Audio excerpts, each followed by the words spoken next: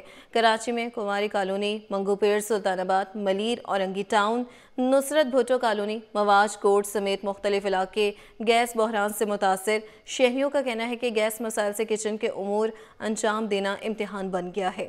ترجمان سوئی صدرن کے مطابق رات 9:30 بجے سے صبح 5:30 بجے تک گیس کی لوڈ مینجمنٹ کی جاتی ہے۔ دوسری جانب شہر کے مختلف علاقوں میں 6 سے 10 گھنٹے بجلی کی بندش ہے۔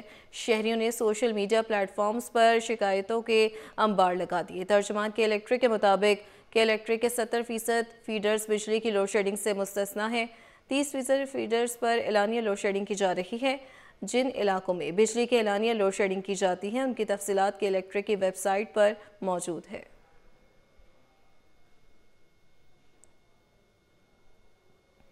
کراچی کے شہریوں کے لیے اچھی خبر، سبزیاں سستی ہونے لگی۔ 120 روپے کلو فروخت ہونے والا ٹماٹر 70 روپے پر آ گیا، جبکہ پیاز کی قیمت بھی 150 روپے کلو سے کم ہو کر 120 پر آ گئی ہے۔ کاوش میمن کی یہ رپورٹ۔ کراچی کے شہریوں کے لیے اچھی خبر، سبزیوں کے بھاؤ میں نمایاں کمی ریکارڈ کی گئی ہے۔ 120 روپے فی کلو فروخت ہونے والا ٹماٹر اب 70 روپے فی کلو میں دستیاب ہے، جبکہ پیاز کی قیمت بھی 150 روپے سے کم ہو کر 120 روپے فی کلو پر آ گئی۔ لال آلو 70 سے 80 روپے کلو میں فروخت ہو رہے ہیں۔ شہریوں نے سبزیوں کی قیمتوں میں کمی کو خوش آئند قرار دیتے ہوئے کہا ہے کہ اس سے گھریلو اخراجات میں واضح کمی آئے گی۔ اچھی خبر کیا کہہ سکتے ہیں، برائی تو غریب آدمی پہ ہے ہی، باقی چیزیں بھی سستی ہونی چاہیے، آپ یہ ہونی چاہیے تاکہ ہم اچھے طریقے سے کھا پی سکیں۔ اچھی بات ہے، کم ہو گئے، اپ اینڈ ڈاؤن تو چلتا رہتا ہے، کبھی الگ ریٹ ہوتے ہیں کبھی الگ ریٹ ہوتے ہیں، لیکن ریٹ کم ہوں گے تو سب کے لیے آسانی ہے۔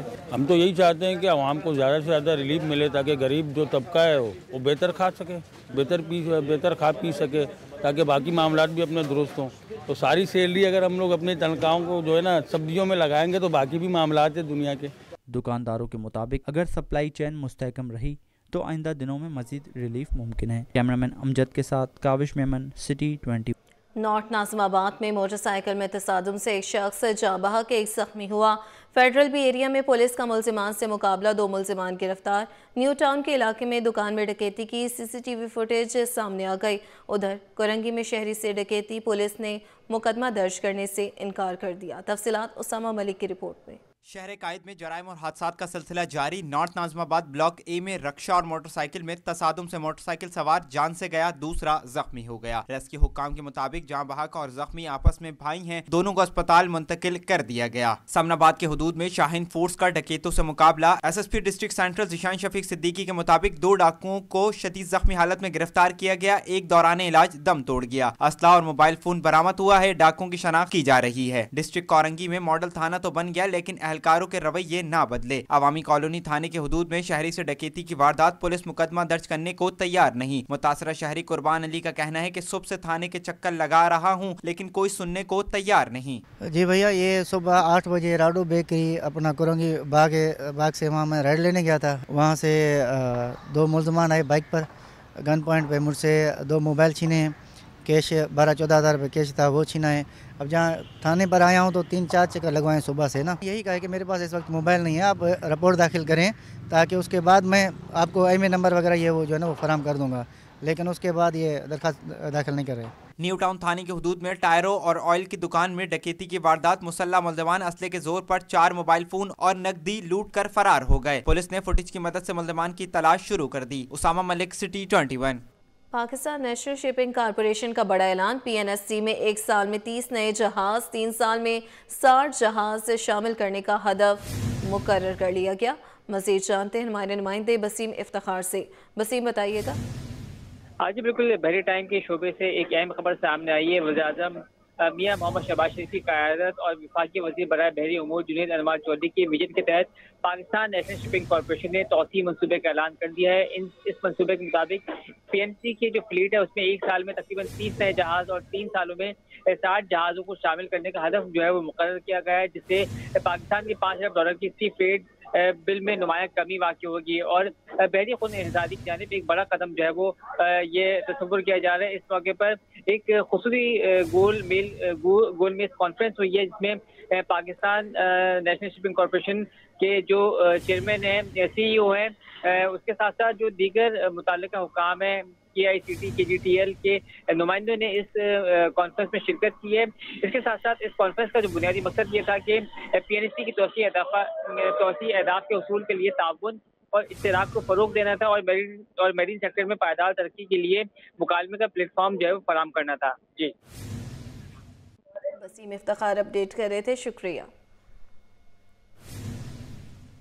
کراچی میں کھیلوں کے فروغ کے لیے ایک اور خوشگوار اضافہ، نیا ناظم آباد میں عالمی معیار کا سنوکر کلب قائم کر دیا گیا۔ افتتاحی تقریب میں عالمی اور قومی سنوکر چیمپئن سمیت معروف شخصیات نے شرکت کی۔ محمد حماد کی یہ رپورٹ۔ جوانوں میں سنوکر کا بڑھتا رجحان، نیا ناظم آباد میں کھیلوں کے فروغ میں نیا اضافہ، جدید سہولیات سے آراستہ سنوکر کلب کا افتتاح۔ تقریب میں عالمی سنوکر چیمپئن محمد آصف، سابق عالمی champion Muhammad Yousuf, Asian junior champion Hasnain Akhtar اور سابق قومی چیمپئن ازہد اقبال نے شرکت کی۔ سابق عالمی سنوکر چیمپئن محمد یوسف اور محمد آصف کا کہنا تھا، نیا ناظم آباد میں کھیلوں کی سہولت دیکھ کر دلی خوشی ہوئی اور امید ہے کہ یہاں سے نیا ٹیلنٹ سامنے آئے گا۔ ایک خوبصورت اکیڈمی بنائی ہے اور یہاں کے لوگوں کو ایک سہولت دی ہے سنوکر کے ذریعے، لیکن اگر اس طرح کے ماحول مل جائے گا، اس طرح کا انوائرمنٹ مل جائے گا، یہ ٹیبلز مل جائیں گے، تو میں سمجھتا ہوں کہ اس سے ہمارے پلیئروں کو بہت زیادہ فائدہ ہوگا اور آنے والے ٹائم میں انشاءاللہ میں سمجھتا ہوں کہ ہمارے پاکستان کا نام مزید روشن ہوگا۔ تقریب کے اختتام پر کیک کاٹا گیا اور اس عزم کا اظہار کیا گیا کہ پاکستان میں کھیلوں کا فروغ ہی نئی نسل کا روشن مستقبل ہے۔ محمد حماد، سٹی 21۔